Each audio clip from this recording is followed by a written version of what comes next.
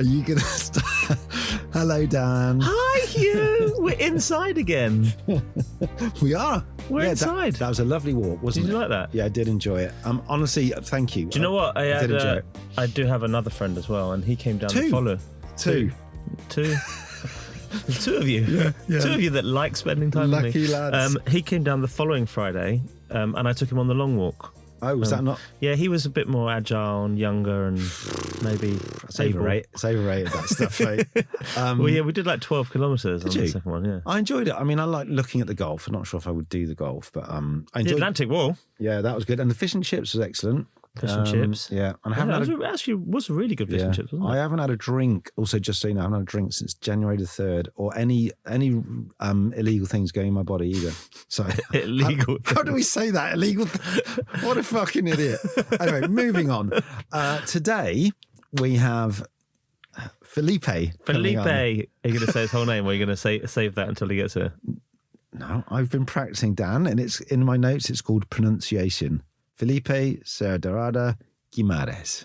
Yay! Right, let's see if you can actually do that when he gets here then. So he's been on our radar a long time, but he hasn't been able to come in because it was too close to Helen doing a bit, but then we've now gone... But they've also been like mad busy, and that work that they've pushed out over the last... Oh, yeah, they're so busy. So he's going to be very interesting. He'll be our second Brazilian. So we had Ana Bailarin before. So yeah, very excited for that.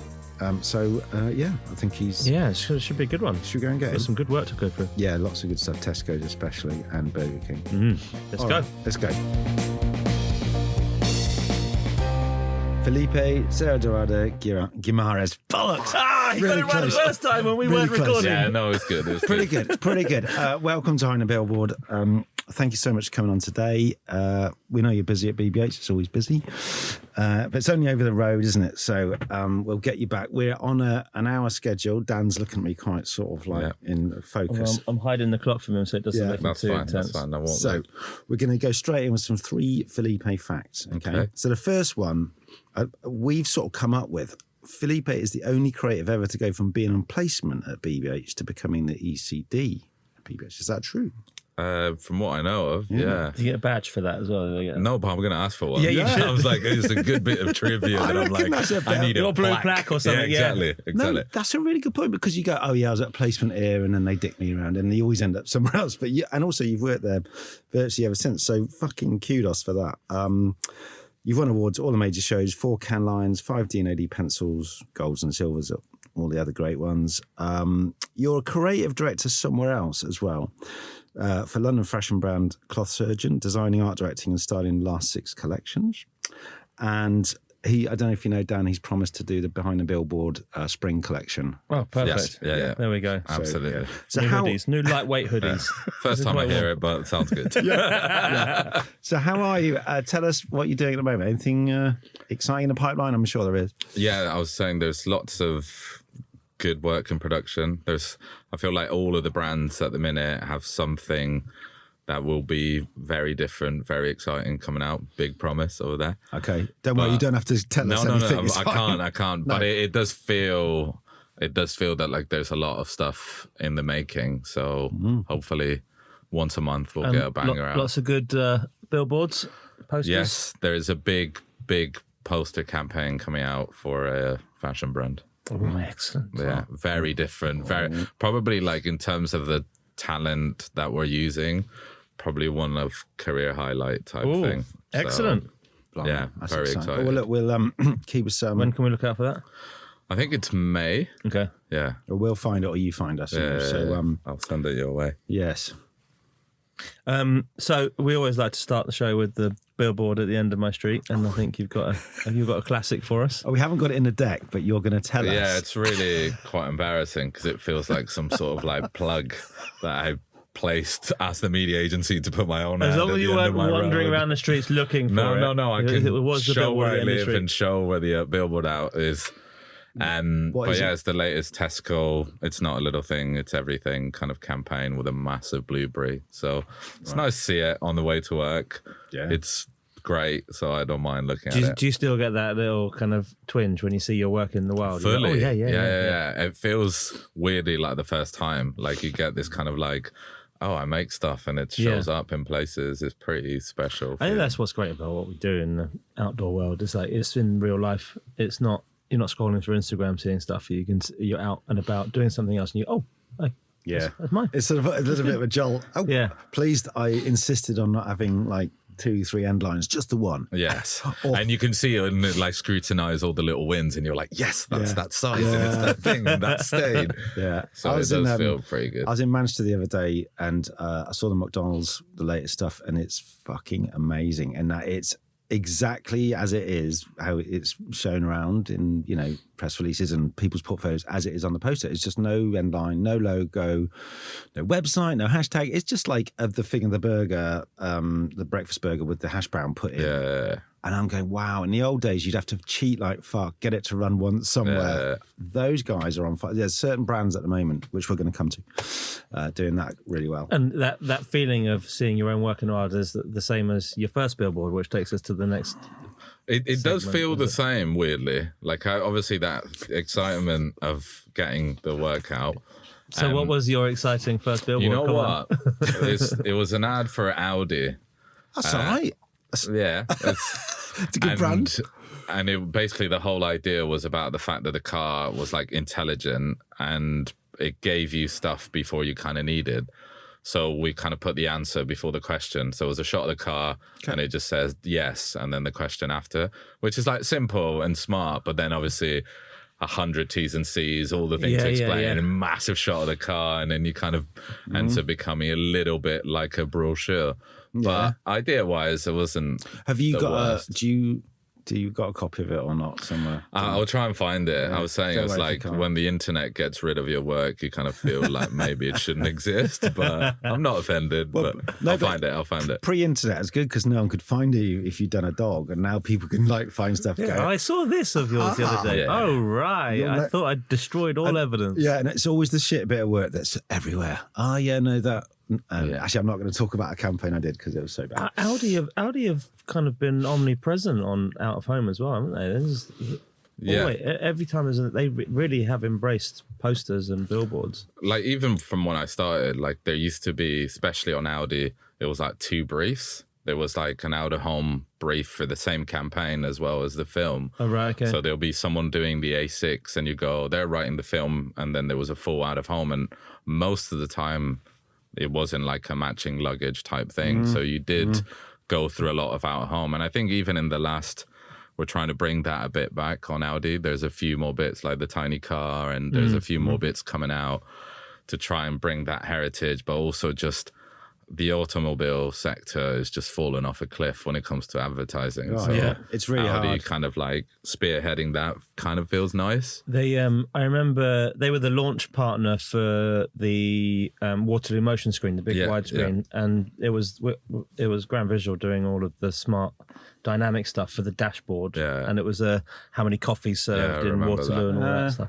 It was really, really interesting stuff and a different take on regular car advertising, but embracing digital and embracing something that doesn't look like a car ad. It feels like cars should be on that digital space because cars, like a fucking megabit of technology, they should be there. I mean, I'm not being rude, but it feels like Audi has not been up there recently as good as it was. But then, like you say, so many car brands aren't there now. The stuff you see, you just kind of go, what? Why? Whereas weirdly, it's like a flip. The fast food stuff and supermarkets. In the old days, like, fucking hell, supermarket. It's going to be the range shot and the price. Now, like that's the stuff that's winning. Yeah, and the car and the beer stuff. Anyway, discuss. But it is a nice little link to Tesco's, our first campaign. So we're going to talk about your work that you've either been a creative director, ECD on. And we're going to start. So against all protocol, we normally do a timeline, but because it's 2025... You know what? This is another thing that's making him a bit more tense today, I think, is that he has to have this timeline. He has to go from... But we're not doing it today, not with Felipe. We're mixing it up. Yeah, so I know what you're thinking, right? So Tesco's, we're going to start with bags, the most recent campaign. So this follows on from the Brilliant Icons work, and it's another kind of very minimalist. Obviously there's a theme, as in you're taking the brand name off the products and putting other stuff on, which you're kind of going at the beginning of a brief, like, why the fuck are you doing that? That's the brand name. But obviously, joking aside, you've done a magnificent job on it. Can you just tell us how this came about? So just to describe the work, in case people haven't seen it, they've replaced the word Tesco with the word relax or laugh or thank or stuff. So it's the emotions that the supermarket give us, from moments and occasions. How did it come about? It's a funny one because, like, in the context of icons, this was presented first. I was going to ask you that. Was that they were originated at the same time? And then when... It's an amazing journey in Tesco in terms of out of home because, like, obviously we've had a relationship for 10 years. And one of the kind of challenges, like, I've started looking after the brand in the last 3 or 4 years. A big challenge we had was, can you use out of home in a slightly different, slightly better way? Whereas before I used to like trade really hard and have loads of information. We're like, this is like a big iconic space. Can we be big and iconic? And that kind of challenge opened the conversation about, show me what that looks like. That was the thing from the client. And then we got to this work, which was like the bags work, and we showed it to them. And it was slightly different context because of how we presented it, but it went all the way up to the kind of big boss, Ken. And then it wasn't the right time to run it, but they kind of like, everyone fell in love. Everyone realized how simple and iconic you could present yourself in out of home. And then because we knew their kind of business problems and everything, we knew there was a food quality thing that was about to come. So we then pivoted to do icons and make it much more like food centric. So then when you see icons, you see this, and then you see the kind of food posters, it all made sense because of like understanding the relationship. We knew exactly what they needed. And then we're like, but that was presented first. And when you presented it, was it presented as a billboard idea? Yeah, it was just like one simple, like big, and we wanted to be like, put it in big iconic sides because you were like, this is a brand that basically has a role in people's lives. And you were like, you can't be more simple than that. And you're like, you carry these emotions inside this bag when you're going to apologize to someone, when you're going to celebrate someone, when you're going to mourn someone. And we're like, let's do that. Let's show how we as a brand, but also food, but also shoppers carry us around to deliver on something. So sorry is 5 letters. So everything, that's the thing, it has to be 5 letters. Yes. So I wrote to Joe D'Souza, I think it is, about Heinz. And they have the 5 letters replacing the 5 letters of Heinz. So great ideas, guys. It's got to be, whatever it is, 5 letters. It's got to be 5 letters. So I was going to ask, so you've got, hold on, we're just going to flick through them. You got laugh, relax, thank, treat, party. So were there any others? Oh, there's so many. There was like bliss. Don't blow it, because there's some coming as well, or is this? No, there was. Nice. There is some in the film that kind of show up that not in here. And then, like the team, Luke and Lawrence, they had like a Google Doc with hundreds of 5-letter words because we wanted to have enough tension. But being the first time we were coming out with something, you also wanted to land with as much kind of positivity and kind of, because you didn't want it to be taken into a different space. You wanted the idea to land, but we have enough words for quite some years. Can we go back to the beginning of when the brief was out? Was there a brief for this? Was this a proactive idea from a team? So it was a conversation we had with a client about how they were showing up. So we kind of, it wasn't proactive as in like we come up with something, have a look. There was a conversation where we go, I think you could be showing up better. That then went with them going, sweet, show us what that looks like. Then we came into this and then presented and going, look, you're a big iconic brand. This is how you show up. And did Luke and Lawrence come in with literally... Sorry, just to get an order out, because I'm fascinated about... But the food stuff hadn't happened at this point. No. So but then they got here, did they then... Because is it the same creative team who did... Yeah. So did they go, oh, but we've also got this? How did that... So we then got to that. Basically, I think when we got the brief, like we all kind of sat down and we went, the most iconic thing that brand has is the bag. Yeah. And we were all like, there is something in this. There is something in this. And we just like stared at it till we got mad. And then we saw the words disappear and you're like, oh, it's that.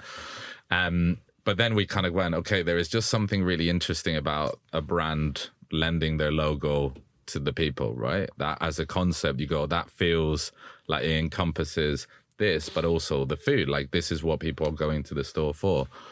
So I think when we kind of knew that we could replace the logo for something, then that kind of food quality thing, we're like, how do we showcase beautiful food in a way that they've never done before? And we're like, knowing that you could come back to this at a later date. And exactly. So, because of the two, and it's unfair, but I prefer the food stuff because it's, you lean in. Dan's always got this expression about outdoor, which is, engagement. What's the thing Grand Visual have about interaction? Involvement is critical. Yeah. And it's that thing about you go, you're involving people in the joke, the story, the emotion, the brand in this instance. But the food thing goes another beat because you see it and you go, oh, I get it. That's brave. That's clever. Then the second beat is, I'm going to have a little game and work it out. And then you go, oh, for mushrooms, you go, oyster mushrooms. And you go, all right. And then I just feel really, really good about the brand. And I'm not a massive Tesco's fan. But I showed the as in the brands, not the my work. kids. I showed the icons work to my kids, and they were like, "Oh, yeah, I could work that out." And the involvement part of that is good because it becomes an interactive ad, right? It becomes the challenge, a word puzzle. So when you saw this as a creator, because you know your stuff, you just get excited. Did you get really excited when you first saw this? Was it a kind of fucking hell, this is great, man? Yeah, I mean, it was one of those where we kind of, the original idea, you were like, okay, wicked, this will just write itself. And then when you started to then consider Tesco products, the right letters, what photographs well, this was an absolute head fuck. Because you'd start to do, and then you go, how many E's have we got?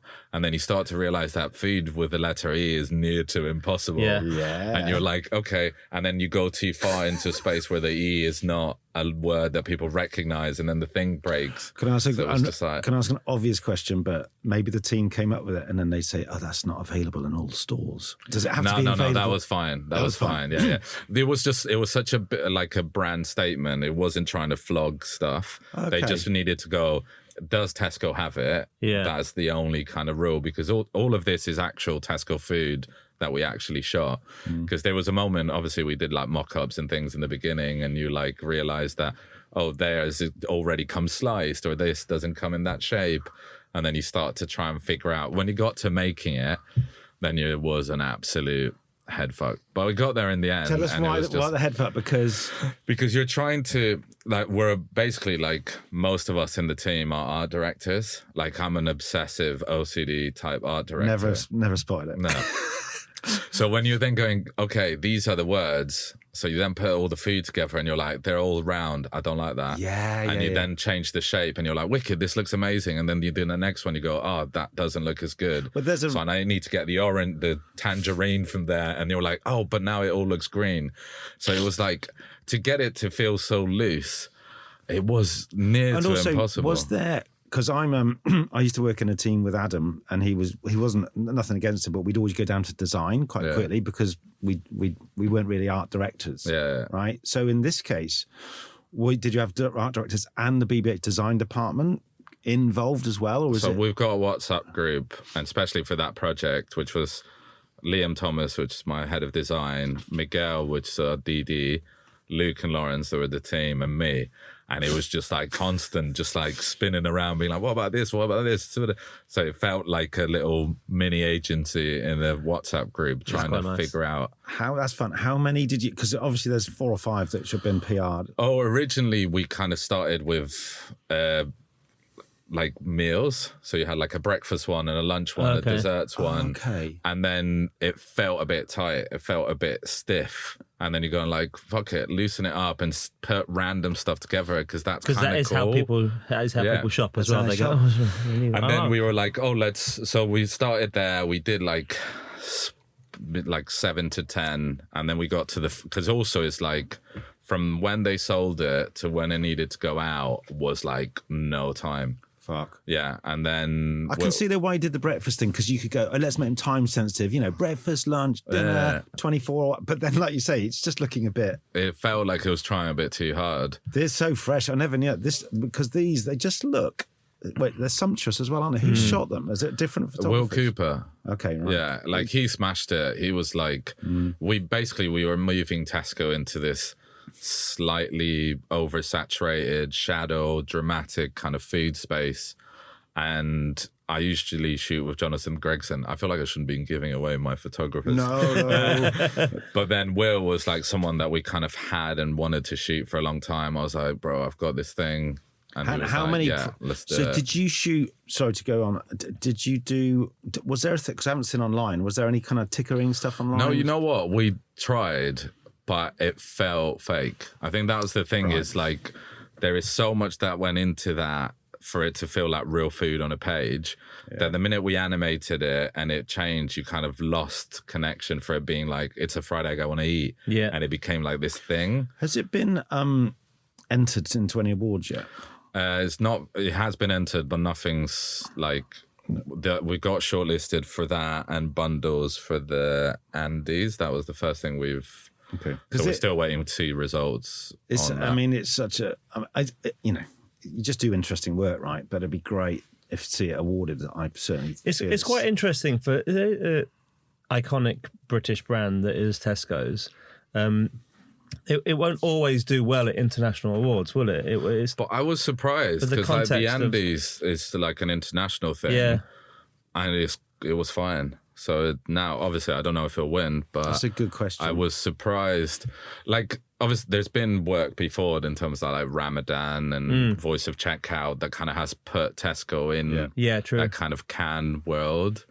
What do you put it down to? Because you've got, excuse the pun, a very good recipe for success. Your BBH and Tesco is like fucking smashing it. There couldn't be a better partnership in town. Is there a reason for it? You know, obviously yourself on it is great. You know what? Like, I've just got a mad close relationship with the clients. Like, I am the kind of like stone in their shoe type thing. It's like I'm incredibly painful, but it's incredibly welcomed. Like, it's hard. Don't get me wrong. Like, this is a big old business with lots of stakeholders, but like I've got CMOs and stuff on WhatsApp where I'm like, we've got to fucking do this, and there is a relationship. You to be need able that to relentlessness, push that. don't you, to help push them in the right direction as well, and they need to be accepting of that you are there to antagonize and get the work done. And if the work standard. works, then it's cool. Like, don't get me wrong, that poster's 3 years in the making. Like, if you see the work we did before, it was a lot of like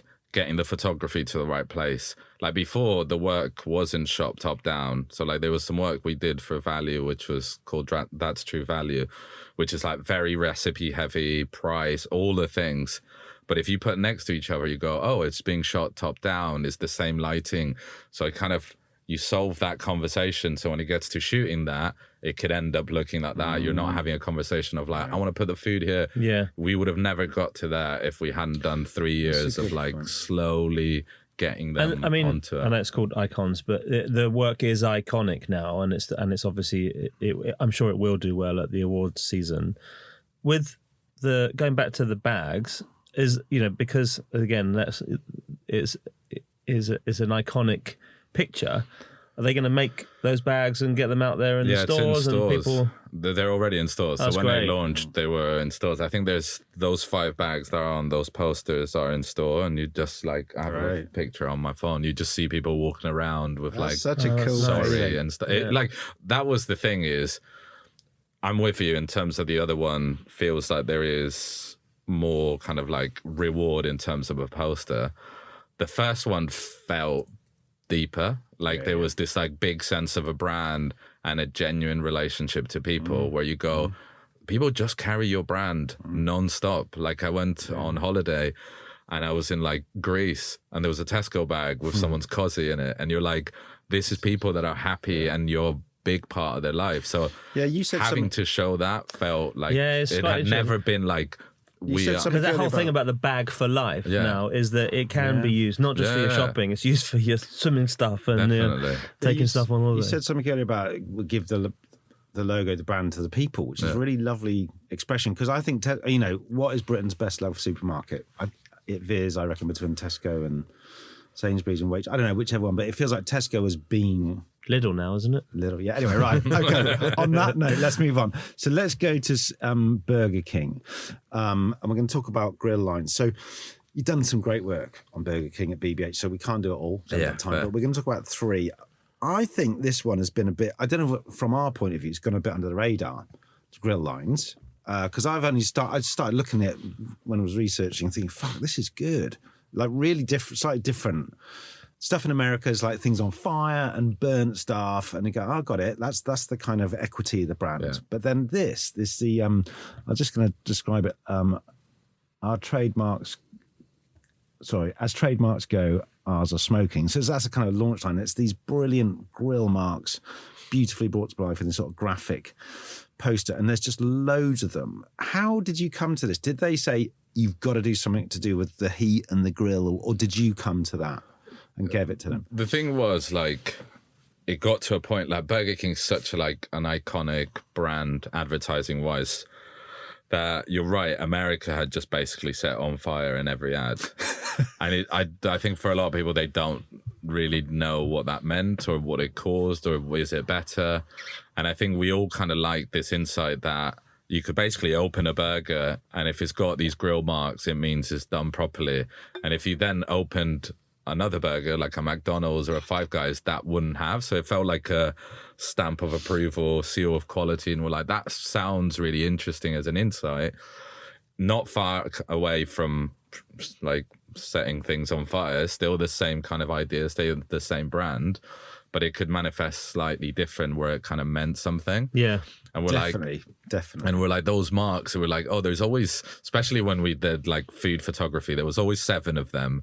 And we were kind of going, oh, let's write lines that are 7 lines, and kind of then unpacked it. And we're like, oh, then let's make it slightly punchier and target other people. Like that's what I love about this. The placements of these with the specific lines, colours, the art direction aimed at pointing the finger directly at McDonald's, directly at Five Guys, directly at Subway. Yeah. So that's what I think the power of the idea for the poster. Brilliant.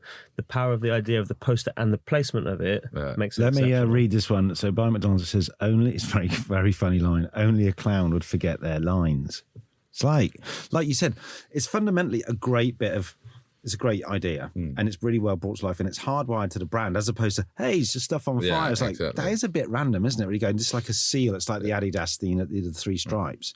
But then that's the fucking money. Where did that idea come from? So to be fair, like the team, Mark and Callum, Mark's an incredible writer, and that was the first poster he wrote. Was like, and there was just so much like tone to it, but also true to, because that's proper craft where there was like, nothing feels like it's missing. It's still within the 7 things. It's beautifully art directed. And then after that, we started with the competitor lines because there was a Colonel one, hasn't earned his stripes. And then some Colonels haven't earned their stripes yet. So there was just like, when we had those, then we're like, oh, like, can we do more looser producty ones? And then the campaign just kind of got bigger and bigger. And then we did some like, because it feels very designy. So we then did like tote bags and things in store to make it more like an aesthetic and a world, because it is drastically different for Burger King. Like it was very minimalist, no actual picture of the burger, but it still felt very Burger King in tone. But it still feels like it's in their tone. They do enjoy poking the bear, don't they? Or the Colonel and the clown in this instance. Yeah, they don't mind throwing stones. I'd forgotten how good the heritage is of Burger King. Did a bit of a search on D&AD, and there's so much good work, isn't there, around the world? That interactive digital out of home where you burn the ad, burn the ad. Yeah, it's really good. That one can, I think. And a lot of stuff wasn't in the UK. I think it's had a troubled history a bit here. What was the guy's name? Until Fernando Machado. Yeah, he was there for a long time, wasn't he? Yeah, because there was the Moldy Whopper. There's all stuff around the world, and you're going, why don't we do it? It's quite hard in England. Hidden Big Mac as well, wasn't it? Behind every Whopper, there was a that was done at BBH, a Whopper of a secret with the Big Macs. Well, it's like slightly different clients. That's the thing. It's like we've got a UK client, UK CMO, And then RBI is like global, and they do all the global stuff with David. But it feels like you've got hold of it. Like, I think right at the beginning was that bus side. Yeah. A Whopper. And then you're going, oh, that was good. Bit of a one-off. And then this, and then more stuff, and then the mums and everything. And you're going, fucking hell, now it's really... Because McDonald's is clearly brilliant out of home. You know, they are just amazing. But this is kind of fun as well. Like you said, you're poking all the time. Yeah. It's like Virgin and BA, isn't it? Like, come on. I'm here for that level of shithousery. I mean, it's a challenger brand, and they are small. I know it's like feels like a big. It's like it doesn't have that much budget. It needs to make every single execution basically punch above its weight, so the work needs to be famous. That's kind of the only rule of Is it quite which good? Is like great, but also like sometimes incredibly painful because you're like it needs to be great. There's no bottom line. It's just there's no middle ground. Is it quite interesting for you personally though, because you're going, hey, Tesco's fucking monster, and then over here going, hey, not much money. But I think that's quite interesting, isn't it? Because you can sort of get your different hat on and go, let's think big for small and small for, you know what I mean? It's quite good, isn't it? Definitely. Are those your two main, I know you're the ECD, but is those your two big things you look after? Yeah, up until now, I was very much like the creative director on those two. Right. Like that was every single bit of work. That's what I did. That's what I managed, shoot everything. Now, as you said, like having more oversight, but Tesco still mine. Burger King, I have now a creative director on it, but Tesco will still be the creative director on it. Partly because, I mean, BBH and Tesco are kind of so like a partnership. I want to make sure I can look after them. But like you said, you've got that relationship with the CMOs and with the marketing teams and the brand marketing teams, and you got to leverage that really. And for the agency, they need you there to be the handhold, right? If that's what they're comfortable with, and I mean, it's producing amazing work. So. Yeah, I mean, we're only showing 3, so now we're going to do a National Burger Day. Yeah, what was this then? Because is this a topical idea or? You know what? This was super random. Basically, I like one weekend, I like did like a shit scamp of that bigger one. And I was just like, kept staring at it. It didn't look like that at all. It was just like on red, just typographically. And I just like kept staring at it. And I was like, there's something in this that feels, because basically the whole thing is there was a brief at the time from the client going, McDonald's are about to launch what they called like a burger bigger than the Whopper. There was like this PR noise over here. We hadn't seen it. We didn't know. We just kind of knew it was coming. So the client was like, we need to basically lay claim and say, no, we're still the bigger, we're still the one, regardless of what they do. So we're like, okay, cool, see what happens there. And then we got to this kind of like big kind of structure, but it did feel quite small and quite one-off. And then, I mean, again, Luke and Lawrence that did Icons, they did this as well.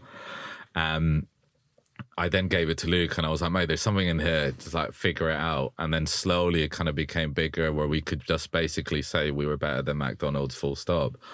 And that was like, he shot himself, everything done in-house, really? Nothing. Yeah, there was just like we had like a meeting room upstairs. Corey, that used to be a director at BBH, he helped do the photography and it was all kind of like, no money spent because homebrew. But we that's were like, why we loved the work and we just wanted to see it out. And we're like, if it needed a bit more PR, that's why we went after. There's this day where there would be some minor chat around Burger Day, and us claiming the burger at Burger Day kind of felt tight because it wasn't a campaign to live long enough. I really like it. I think it's got that like DIY feel without looking shit. Obviously, that looks good, but that it's got that. And again, it's like a challenger thing. Just stick it together. I mean, there was the. Do you remember the Peace Day thing that McDonald's challenged? Didn't McDonald's challenge? No, Burger King. The Big Mac Whopper thing. Yeah. And it's a great moment, and that cleared up at Cannes, I think, and it was all about.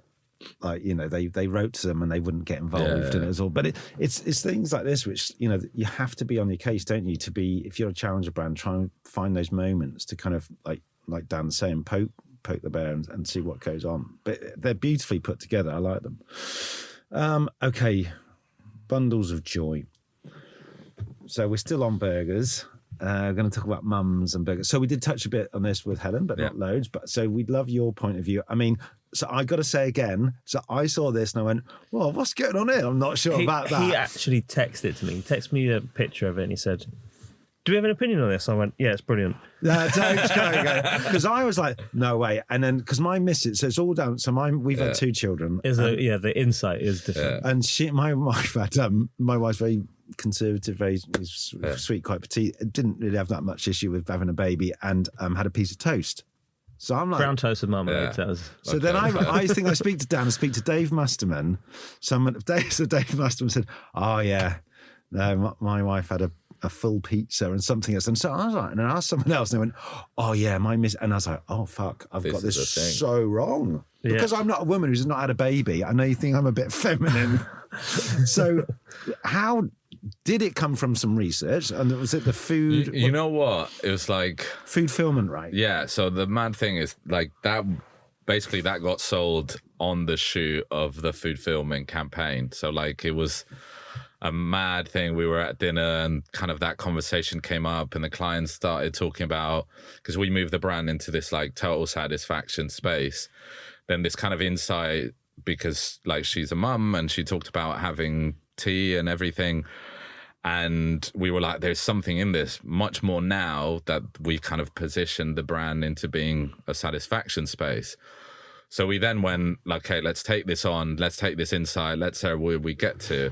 We then try to execute it in loads of different ways. In the beginning, it was a film, very much like the other films where you go, oh, it's about someone giving birth, and then we're like, no, but it's such a true, raw insight. And then the team, Charlie and Chloe, they came across this picture and we were like, okay, that's it. The picture is a mum eating a Whopper and she's moved her kid to the side, almost like she doesn't want to spill like sauce on their head. It's like so visceral.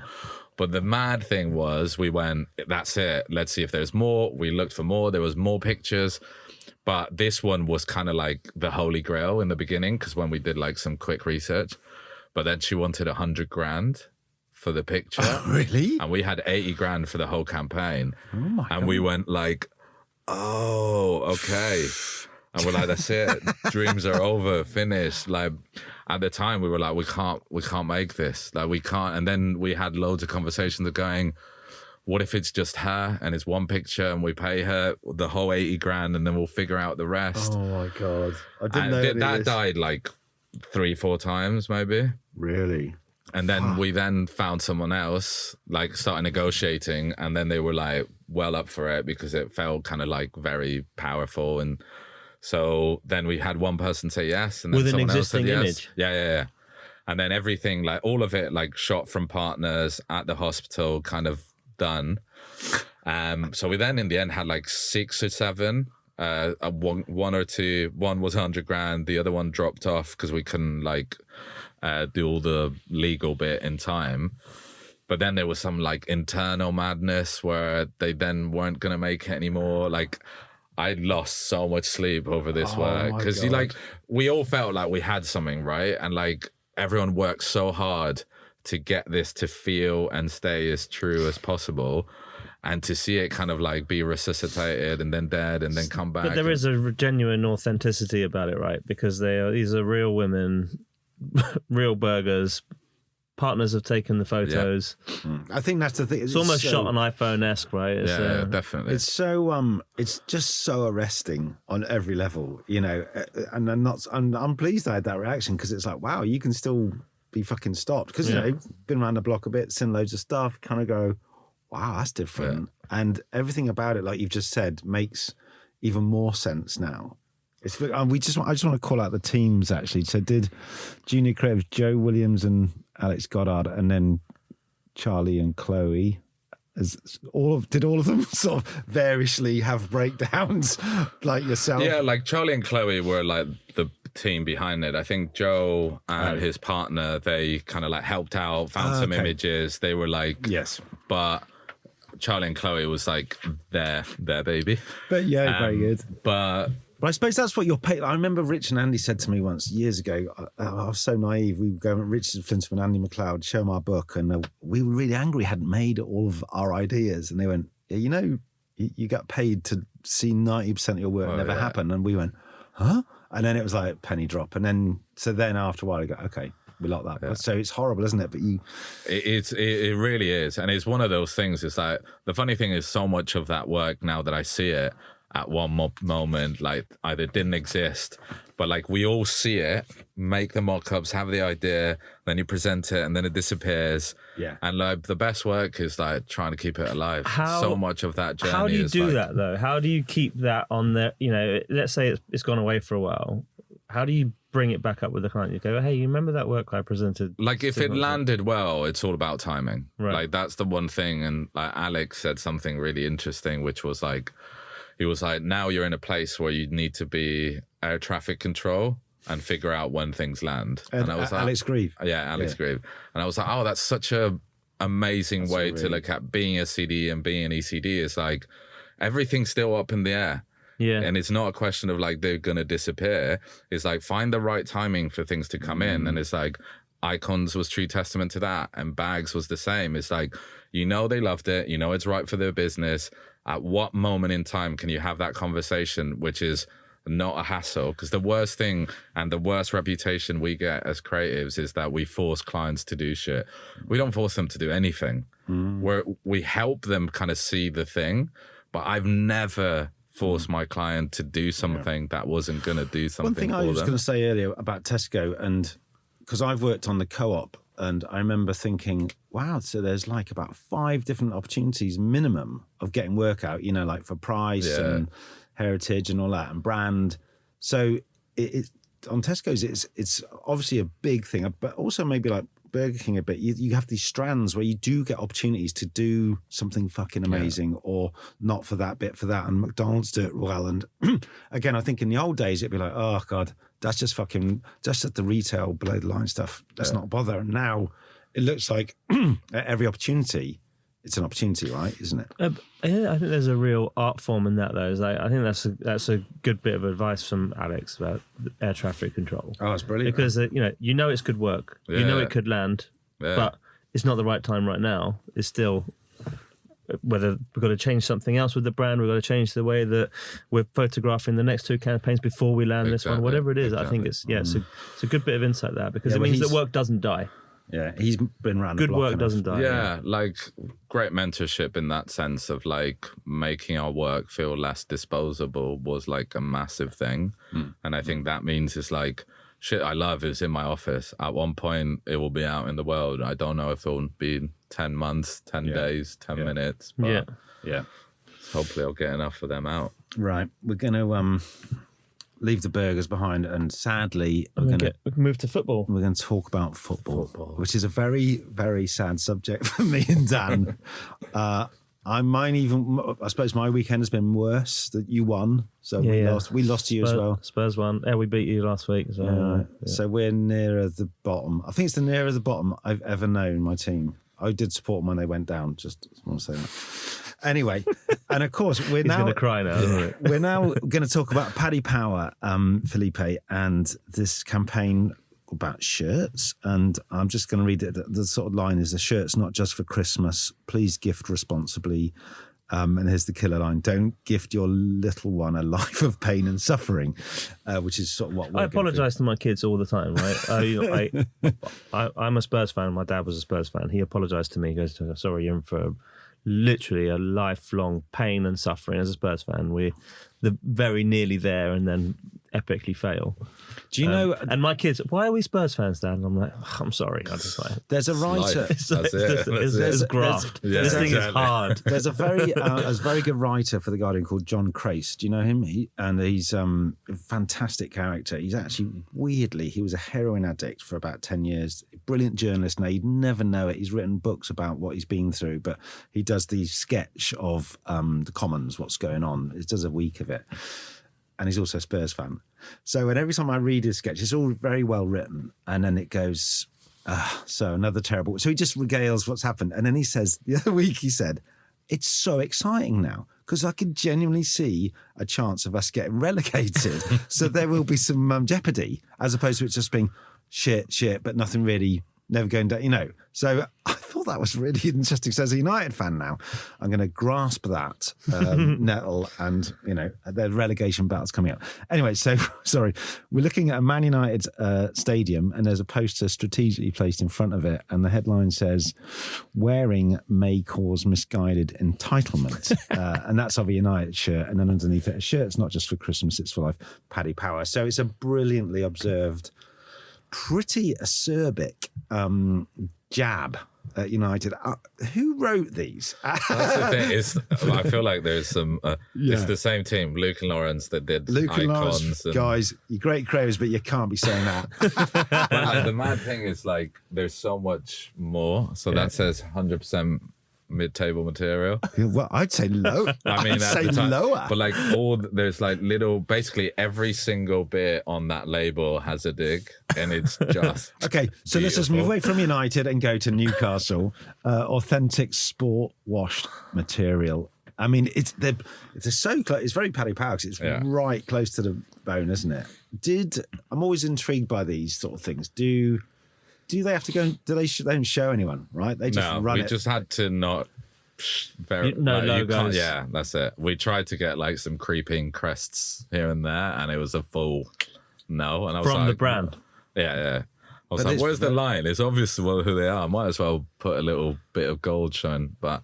Again, to Dan's thing about the McDonald's, the geolocation of the stuff is really clever. Yeah, it was properly placed. It was great. Did you get any kickback off the clubs? No, like I mean, Paddy Power's kind of tonally asserted themselves there, so you kind of expect it. And part of, so much of football culture is that banter and piss takery that you kind of accept it. I presume this one's Liverpool. Yeah. Yeah. Caution may cause sentimental whinging. Yeah. Yeah. I think there's. Is there more on there? There's some little gems. Bits and bobs. So when you saw that, so was the brief right? Do a gag on shirts, or was the brief give us something to nudge these? How did it come about? Or did the teams just come in? You know what? The brief was Christmas. Christmas. That's right. It's a shirt thing. Yeah, and Paddy's first time they ever did a Christmas thing. They wanted, like, what is our big Christmas spot where everyone's coming out with something. There was, like, some big anthemic stuff. And then when the team kind of said that insight about the shirt, and, like, I grew up in Brazil as a Palmeiras, like, sufferer. And I remember, like, my dad gave me, at the time, I wanted to play in goal for some reason. He gave me a Palmeiras goalie shirt. Right. And then from that moment on, I would just assume that's what I was. And then I stopped loving football, but I still say I'm a Palmeiras fan. And I'm like, that is just mad weird. Yeah. So like that, I love a good insight. That insight was just like so bang on and so Christmas and so Paddy's. We were like, that's it. That's the campaign. And then obviously like they wrote films and all of it. But the epitome of like a brand new shirt and the pain that comes with it, that visual of the tags and the labels that you rip off just before you wear it was just like, that's it. And like even getting away with the logo being another extra tag, there was so much in there that was like... Yeah, the art direction is really sweet because it could have been, it's quite... It's a slightly convoluted thing to get across, but it's really handled well. It's great. I love it. Were there any others? Have we missed some? Was there just those three? No, there's like 6 or 7. Okay, we need to find those. Yeah, there's... Right. Okay, we're moving on. We're going to finish on F&F homework. What F&F is? F&F. Yeah. Homewear. So, obviously, a woman wearing a dress made of plates. Obviously. Could you give us a bit of insight? Maybe to how this beautiful campaign came about? What? That was like the perfect example of like calling it when something's not good enough and realizing that there's still time. Like I think there was that brief was on the table. The client had bought something, but I think we all kind of went, it's such a good brief. Like you're announcing homewear for the first time. Feels like an announcement brief. We've kind of ended up in this like wishy-washy space. And then I just like spoke to the creative director at Urch and I was like, we're missing something here. Let's see if we can push it. And all fairness to him, he was like, yeah, fuck it, let's do it. And I'm big into my clothes. I think there was like an Alexander McQueen reference of like some candle dress. And I remember I just texted him and I was like, surely it's this. And then from there we were like, well, the first question was, what do you mean? And then I was just it was like, and then I started like a Pinterest like wormhole of like things, and there was like a spoons thing, and then I was like, there were so many great references. Can you just go back a beat? What was the Alexander McQueen candle dress? It was this like, I think I went on Pinterest, and I knew at the time Alexander McQueen had done like some mad shit. And then amongst those references was this dress made out of wax and candles and stuff. We got to find that. And then I was like, that looks pretty mad. Surely they sell some candles. It wasn't something they wanted to talk about. And we're like, yeah, but there'll be other stuff. And then we kind of went, what else? Plates, spoons, forks, and it kind of... What was sold in before then? Did you unsell something else? Yeah, before was very much like the actual homeware with... I think the idea was using the kind of the FNF logo. It wasn't like as big and iconic and simple as that. Is it hard to go in there and unsell something then? It depends. John Hegarty talked to us exactly about this on his episode as well. Yeah. Unselling ideas to clients because it wasn't right. So hopefully I don't contradict. No, that's good. That's good. But it depends what your intentions are, right? Like, clients aren't stupid. They know if they could kind of like see right through you if you're doing it to get an award or if you're doing it because it's going to land. The main conversation we had was this: you have one chance of launching homeware. Is this it? And they went, fair enough. Like, it didn't look like a launch for homeware. It looked like another piece of FNF or another thing from Tesco. And we're like, exactly. So let us come back with something. And then we came back with these 3 posters. And they were like, okay, cool. I mean, to be fair, the majority at the battle was me trying to get the copy to look that small. Do you know what's really weird? Because this morning I was listening to Six Music, and they had a feature about Lee Bowery, you know, the guy who dressed up. And this middle image, something very redolent of what stuff he'd wear. Like big fucking just... show-stopping stuff he'd go, and that's what I think about this. It's like you said, it could have been just a really simple announcement. Hey, this is what we do, but you just, it's really great, and it's the hardest thing, isn't it, to go and unsell all that, and then tell the team and the client. They're fucking great clients, to be fair. Yeah, like the FNF team now is. Mate, we could go on. Thank you for being so succinct and focused. I think we've done well. We can do an hour. Yeah, look at this. We've still got like 7 minutes. Done it perfectly. But we're going to end. Genuinely, thank you so much. Thanks for having me. Favourite billboard? It's not in here, but we will put it on. What is your favourite billboard? It's that Channel 4 ends Fry. Oh, really? Friends? Fuck. Nice. It was so good. Yeah. You know what? It's like one of those things where you go, I mean, partly because like I didn't do it, but I was just like, I will never get the chance because it's like, it was so timely. Yeah. And it like, that's it. That moment will never, versus you see other pieces of work and you go, I could maybe do that for my brand, or I can see how that is untouchable. It's the thing that existed, and it's just like, how is it so serendipitous that you could just fucking move it around? Yeah. It's everything. But that's like the thing you said earlier a little bit about staring at something long enough, and then if you go, I don't know, have a piss or walk the dog, and you come back and you go, oh my God, you know that thing like there's always an O in it, and then we can, and it's like, it's the first one to get there, isn't it, as well? Going, you know, someone like creative teams, you know. But that's why I like your story of being on holiday in Greece and seeing someone with a Tesco's bag with the swimming costume in it. Because like that gave you that extra bit of insight to sell what is now a great piece of work. Thank you. Thank you, Felipe, so much for coming on. Been a real education. I mean, obviously the show is about getting behind it, but you've really given us, you know, some juicy goss. Yeah. Perfect. Thank you very much. Thank you so much. Thank you. Thanks for having me. Wow, it's good work. Really I love that that air traffic control analogy from Alex. That's really good. Yeah, you kind of want to have that it's like a sort of thing you read in a book. That's a masterclass thing, isn't it? That's Alex Grieve, you are masterclass. Yeah, that is. But I suppose it's a thing you learn, isn't it? Yeah. When you get to that certain level. But I get so disappointed when stuff doesn't get sold. I'm just like, it's in the bin now. That's it. No, they didn't want it.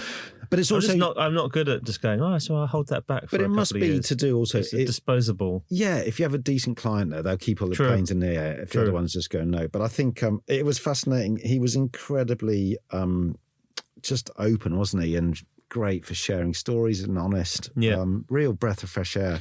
I wanted to ask him a bit more about the clothes. Actually, they look good, but they're quite pricey.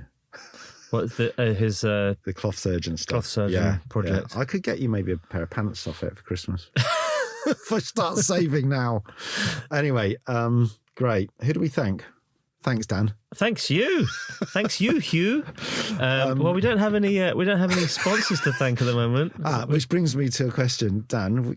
Any news on that? No news yet. But there's some people bubbling away who are really interested. We better hurry up. Otherwise, we better make sure this episode's really successful, so we can show lots of great numbers. Otherwise, the episodes are going to get shorter and shorter. They're going to get very short. This is a 5-minute episode. Well, thank you, Soho Radio. Thank you to Soho Radio. Yes, Rachel, and whoever else we need to thank. And we will see you next time. See you next time. Cheers.